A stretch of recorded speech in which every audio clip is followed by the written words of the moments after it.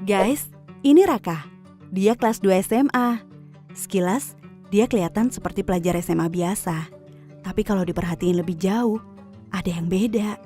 Wajahnya kuyu dan sering kelihatan murung. Pandangan matanya kosong, kayak orang lagi bengong. Terus, emosinya juga bisa naik turun gak jelas. Kalau diajak ngobrol, bicaranya gak jelas dan seringkali gak nyambung. Setelah diselidiki, ternyata Raka adalah seorang pengguna narkoba. Nah, punya teman atau kenal seseorang yang mirip Raka nggak? Atau pernah kebayang nggak kalau Raka itu kita sendiri? Narkoba atau sering juga disebut nafza, singkatan dari narkotika, psikotropika, dan zat adiktif lainnya, adalah istilah yang ngegambarin semua bahan atau senyawa yang bisa menyebabkan penurunan kesadaran dan bisa mengakibatkan ketergantungan kalau digunakan dengan tidak sesuai.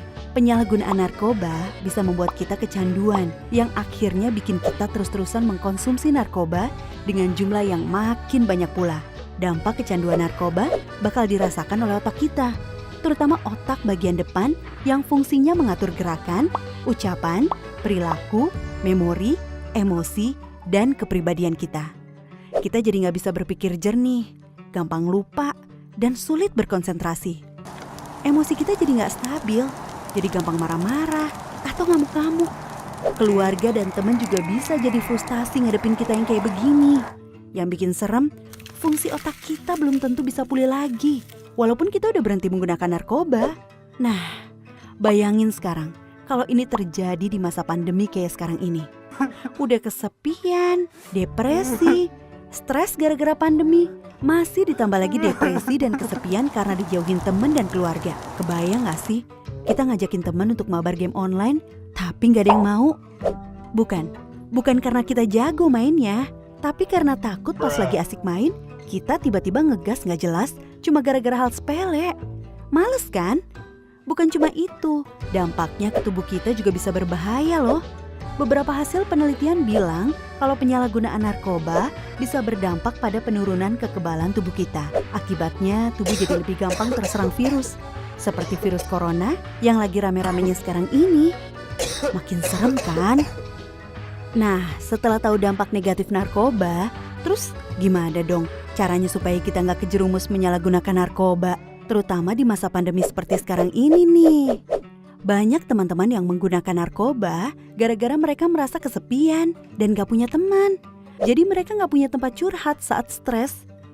Jadi hubungan pertemanan yang sehat itu penting banget buat ngebantu kita menghindari narkoba. Nah, di masa pandemi kayak sekarang ini, gimana kita bisa tetap menjaga hubungan dengan teman-teman kita padahal ketemu aja sulit? Ya banyak caranya. Misalkan, begitu selesai sekolah online, jangan cabut dulu, tapi sempetin ngobrol sebentar sama teman-teman. Atau bisa juga ngajak teman-teman untuk main game online bareng sekelarnya bikin PR atau tugas. Mabarnya yang sehat juga ya, misalnya dibatesin cuma maksimal 2 jam setiap hari, supaya otak kita juga bisa beristirahat nggak ngeliatin gadget melulu. Tapi selain teman-teman sekolah, jangan lupa kita masih punya teman yang jaraknya nggak jauh dan bisa kita ajak ngobrol kapan aja, yaitu keluarga kita sendiri. Ingat, masa pandemi ini bisa bikin stres siapa aja, termasuk kakak, adik, atau orang tua kita. Nah, daripada stres sendiri-sendiri, kenapa nggak sekali-sekali kita ngobrol sama mereka sambil sekalian curhat, ya kan?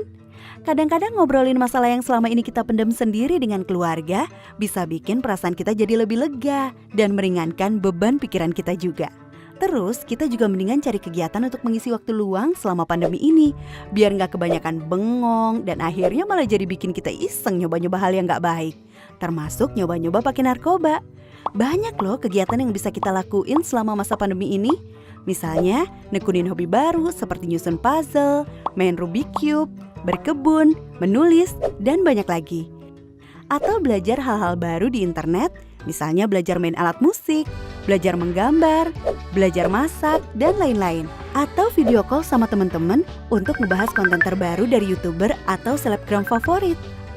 Atau bisa juga melakukan kegiatan religius, hati jadi tenang. Atau malah coba-coba bikin konten sendiri untuk diunggah ke akun medsos kita. Misalnya bikin konten tutorial make up, masak, atau bikin kerajinan tangan. Atau bikin konten nyanyi cover lagu pakai gitar. Lumayan kan? Iseng-iseng tapi kalau banyak yang nonton bisa menghasilkan juga. Atau coba deh, keluar ke halaman depan rumah, terus coba lakuin olahraga ringan sambil menghirup udara luar. Pasti pikiran kamu jadi lebih segar dan suasana hati kamu jadi lebih positif. Nah, selain berusaha menghindari pengaruh narkoba kepada diri kita sendiri, kita bisa juga membantu teman-teman kita untuk menghindari penyalahgunaan narkoba. Istilah kerennya, kita bisa ikut jadi agen perubahan gitu. Banyak loh teman-teman yang terjebak kecanduan narkoba karena mereka menerima informasi yang salah tentang narkoba. Misalnya, ada yang mendapat info kalau narkoba bisa bikin badan kita jadi lebih bagus bentuknya. Atau ada juga info yang bilang kalau narkoba bisa membantu kita berkonsentrasi.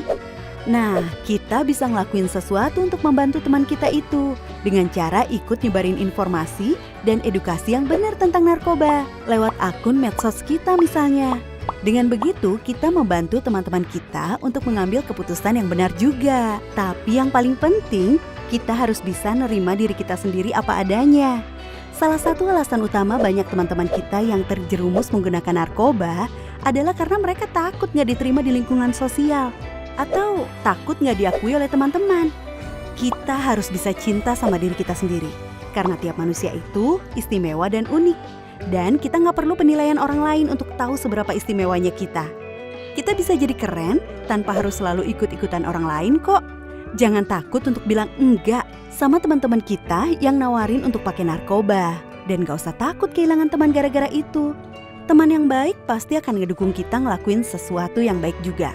Percaya deh, yang bikin hidup jadi seru dan menyenangkan itu adalah sikap kita terhadap diri kita sendiri, bukan orang lain. Sikap kita yang menghargai diri sendiri sambil terus menjaga hubungan yang sehat dengan keluarga, teman-teman, dan orang-orang lain di sekitar kita.